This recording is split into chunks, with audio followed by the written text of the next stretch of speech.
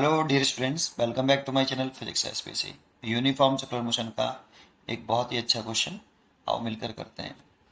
A point P moves in counter clockwise direction. Counter clockwise मतलब anti clockwise direction on a circular path as shown figure. देखो particle यहाँ circular path में move कर रहा है, counter clockwise मतलब anti clockwise में कर रहा है, ए से बी जा रहा है। The movement of the P is such that it sweep out a length S equal to T की पावर 3 + 5। देखो यहाँ जो डिस्टेंस है वो टाइम डिपेंडेंट है, ठीक है। Distance as a function of time दे रखा है, वेयर एस इज मीटर और T in second. Radius of the path, circular path की जो रेडियस है 20 मीटर है, ये वाली 20 मीटर है।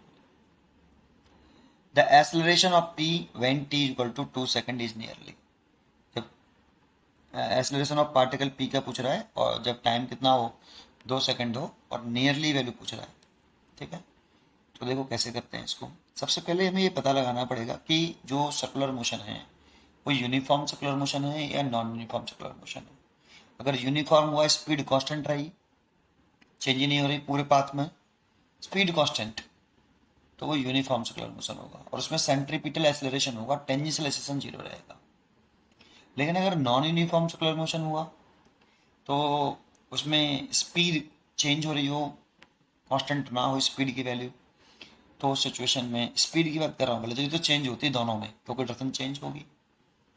वेलोसिटी चाहे यूनिफॉर्म सर्कुलर मोशन हो चाहे नॉन यूनिफॉर्म सर्कुलर मोशन हो, डायरेक्शन चेंज होगी तो वेलोसिटी तो चेंज होगी। बट स्पीड की अगर बात करें तो यूनिफॉर्म सर्कुलर मोशन में स्पीड कांस्टेंट रहती है और नॉन यूनिफॉर्म सर्कुलर मोशन में स्पीड चेंज होती है। जब नॉन यूनिफॉर्म सर्कुलर मोशन होता है, इसमें स्पीड चेंज हो रही हो, तो दो तरह के एक्सेलरेशन लगते हैं, एक सेंट्रीपिटल एक्सेलरेशन और एक tangential acceleration. Tangential acceleration develop होता है due to change in speed, क्योंकि वही स्पीड को चेंज करता है। स्पीड चेंज हो रही है तो उसका रीजन ही यही है कि सेंट्रीपिटल सॉरी टेंजेंशियल एक्सेलरेशन उसकी स्पीड को चेंज कर रहा है। और सेंट्रीपिटल एक्सेलरेशन तब लगता है जब डायरेक्शन चेंज होती है, तो सेंट्रीपिटल एक्सेलरेशन डायरेक्शन को चेंज कर रहा होता है। और सर्कुलर पाथ पे घूम रहा तो डायरेक्शन तो चेंज होती ही होती है, इसीलिए सेंट्रीपिटल एक्सेलरेशन तो दोनों केसों में होगा। बस हमें ये चेक करना है कि ये सर्कुलर मोशन यूनिफॉर्म है या नॉन यूनिफॉर्म है, पहले तो ये चेक करेंगे। चलो कैसे चेक करते हैं वो देखते हैं। तो सबसे पहले आप एस लिख लो, इजुकल टू कितना, टी क्यू प्लस 5। तो इसको डिफरेंशिएशन करो with respect to T, differentiation with respect to T. और इंस्टेंटेनियस स्पीड या वेलोसिटी जो भी कहो, मैग्नीट्यूड ही निकाल लें अभी तो हम, ये मैग्नीट्यूड ही है, तो इंस्टेंटेनियस स्पीड निकाल लो आप, ठीक है। तो कितना हो जाएगा, इसका डिफरेंशिएशन कर दें तो D S over D T, तो ये आएगा 3t², कॉन्स्टेंट टर्म है इसलिए 0, तो v इक्वल टू आ जाएगा 3t²। और देखो इस स्पीड को देखें तो जो फंक्शन ऑफ टाइम, और टाइम कभी घटता नहीं है, टाइम ऑलवेज बढ़ता है, और टाइम बढ़ता जाएगा तो स्पीड भी बढ़ती जाएगी। भाई मैग्नीट्यूड ही तो है ये, वेलोसिटी का मैग्नीट्यूड दैट मीन्स स्पीड।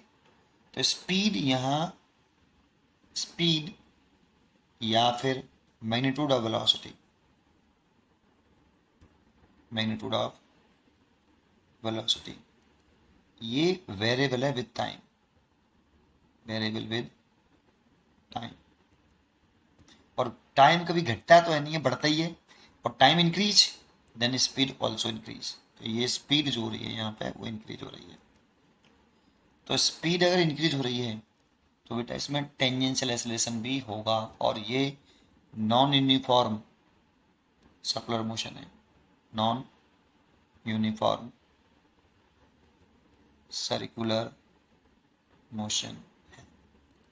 अगर नॉन यूनिफॉर्म सर्कुलर मोशन है तो दो तरह के एक्सेलरेशन लगेंगे, थोड़ा सा जानकारी देता हूँ फिर इस क्वेश्चन को करते हैं बेटा। जानते हो अगर कोई पार्टिकल में, तो वेलोसिटी की डायरेक्शन तो चेंज होगी होगी, तो इसमें टेंजेंशियल एक्सेलरेशन क्या करता है, स्पीड को बढ़ाता है। अगर सेम डायरेक्शन में तो स्पीड इंक्रीज कर रहा होगा, टेंजेंशियल एक्सेलरेशन। और अगर डायरेक्शन अपोजिट है टेंजेंशियल एक्सेलरेशन की तो स्पीड को कम कर रहा होगा, ठीक है। सेंट्रीपिटल एक्सेलरेशन क्या करता है, सेंट्रीपिटल एक्सेलरेशन डायरेक्शन चेंज करता है, सेंट्रीपिटल एक्सेलरेशन डायरेक्शन चेंज करता है, और ये हो जाता है फिर नेट एक्सेलरेशन। ये सीधा सीधी बात कहूँ तो ये नेट एक्सेलरेशन के दो कंपोनेंट हैं, एक टेंजेंशियल एक्सेलरेशन और एक सेंट्रीपिटल एक्सेलरेशन। ये नेट एक्सेलरेशन है। और ये टेंजेंशियल एक्सेलरेशन का ये वाला जो कंपोनेंट है वो स्पीड बढ़ाता है, घटा भी सकता है अगर पोजिशन में लग रहा हो तो, और ये डायरेक्शन चेंज करता है। ठीक है, तो नेट एक्सेलरेशन की जो वैल्यू होती है, देखो यहाँ पर ए वेक्टर, इसके ये दो कंपोनेंट हैं, A C vector plus A T vector. अगर मैं इसको मैग्नीट्यूड फॉर्म में लिखूं तो रूट के अंदर कैसे, आपने दो वेक्टर के रिजल्टेंट का फॉर्मूला पढ़ा होगा, आर वेक्टर बराबर ए वेक्टर प्लस बी वेक्टर। तो उसका मैग्नीट्यूड कैसे निकालते हैं, वैसे इसका निकालो, ए इक्वल टू ए सी का स्क्वायर प्लस ए टी का स्क्वायर प्लस 2 AC AT, और यहाँ पे एंगल कॉस 90 डिग्री। ए सी और ए टी के बीच में 90 डिग्री है, तो कॉस 90 के लिए 0, तो रूट के अंदर ए सी का स्क्वायर प्लस ए टी का स्क्वायर। ये एक्सेलरेशन हो गया, ये नेट एक्सेलरेशन बोलते हैं इसको, नेट एक्सेलरेशन। तो देखो यहाँ पर पक्का है नॉन यूनिफॉर्म सर्कुलर मोशन दोनों ही होंगे। अब बात आती है कि यहाँ पे टेंजेंशियल एक्सेलरेशन क्या होगा। तो देखो टेंजेंशियल एक्सेलरेशन जो होता है ए टी, ये चेंज इन स्पीड होता है, चेंज इन स्पीड पर नेट टाइम। ओके, ये स्पीड को चेंज करता है, इसीलिए इसको लिख सकते हैं ए टी बराबर डी, मैग्नीट्यूड लगाने का मतलब समझते हो, मैंने ऐसे लिखा तो ये इस वेलोसिटी का मैग्नीट्यूड हो गया, मैंने वेक्टर भी लगाया लेकिन मॉडुलस भी तो लगाया है साथ में, ओवर डी टी। तो एक्चुअल में ये चेंज इन स्पीड पर नेट टाइम हो गया। ठीक है ना, अच्छा, एक पॉइंट ये हो गया, टेंजेंशियल एक्सेलरेशन की वैल्यू हो गई है।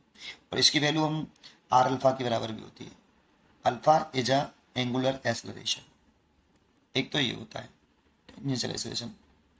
दूसरा सेंट्रीपिटल एक्सेलरेशन जो होता है, ये वी स्क्वायर ओवर आर होता है, किसी इंस्टेंट पर उसकी स्पीड लिखो और वी स्क्वायर अपॉन आर, ये सेंट्रीपिटल एक्सेलरेशन है, ये सेंट्रीपिटल एक्सेलरेशन है आपका।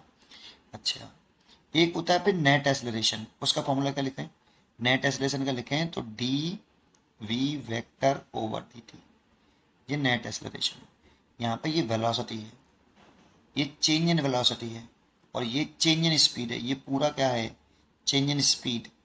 और ये क्या है, देखो मैंने मॉडुलस में लिखा था, यहाँ मॉडुलस में नहीं लिखा, ये आपका चेंज इन वेलोसिटी है, change in velocity divided by time, ऐसे। तो ये फॉर्मूले हुए बेटा आपके, ये पूरा डाटा मैंने लिख दिया। अब करते हैं इस क्वेश्चन को कैसे करें। ठीक है, चलिए देखते हैं कैसे करें। तो देखो सबसे पहले तो अगर मैं सेंट्रीपिटल एक्सेलरेशन निकालना चाहूँ तो कितने सेकंड पे निकालना है एक्सेलरेशन मेरे को, 2 सेकंड पर। तो at T is equal to 2 second मेरे को सेंट्रीपिटल एक्सेलरेशन निकाल लेना चाहिए, वी स्क्वायर अपॉन आर। लेकिन वी कितना बेटा 2 सेकेंड पर, तो वी इज इक्वल टू कितना है 3t स्क्वायर।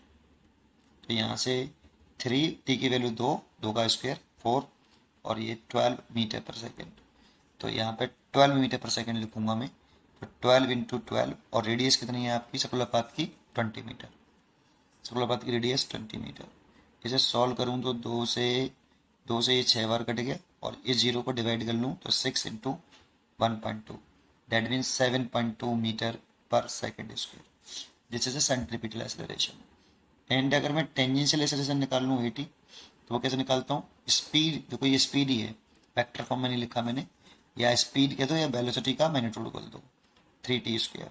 अगर मैं इसको डिफ्रेंशिएशन कर दूँ, D V vector modulus divide by D T, तो इसे मैं लिख सकता हूँ कितना 60।